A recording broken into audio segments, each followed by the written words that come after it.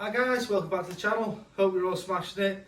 So, unfortunately, I missed Martin's latest video going out in the X3 competition.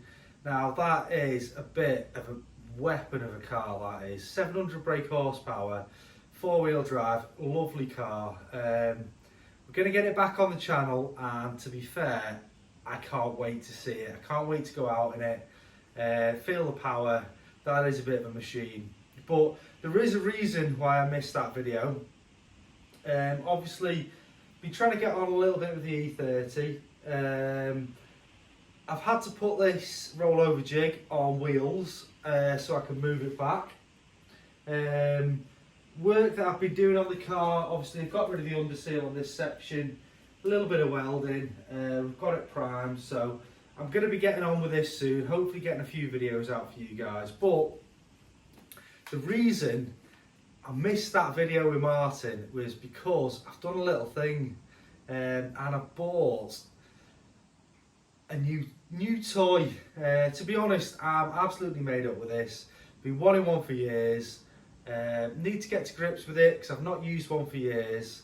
But let's show you what I bought.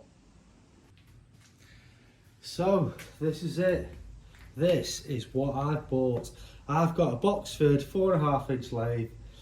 Been wanting one of these for years. Comes with loads of accessories. Obviously I've got the 3-jaw chuck on it. I've got the 4-jaw chuck. I've got loads of dial gauges. I've got loads of the machining heads that go on here. To be honest, this is something I've been wanting for a while. It's been years since I've used one. Been having a little bit of a practice, a little bit of a play. You know, just getting myself back into it. But if any of you guys have got one of these, or use one of these, or use a lathe, give me any advice, any hints and tips, that would be great. But yeah, this has come with loads of stuff.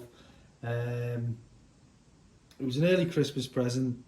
To be honest, I couldn't pass this opportunity up. It was local. It was basically my next door neighbour. Well, my mum's next door neighbour had it, only round the corner.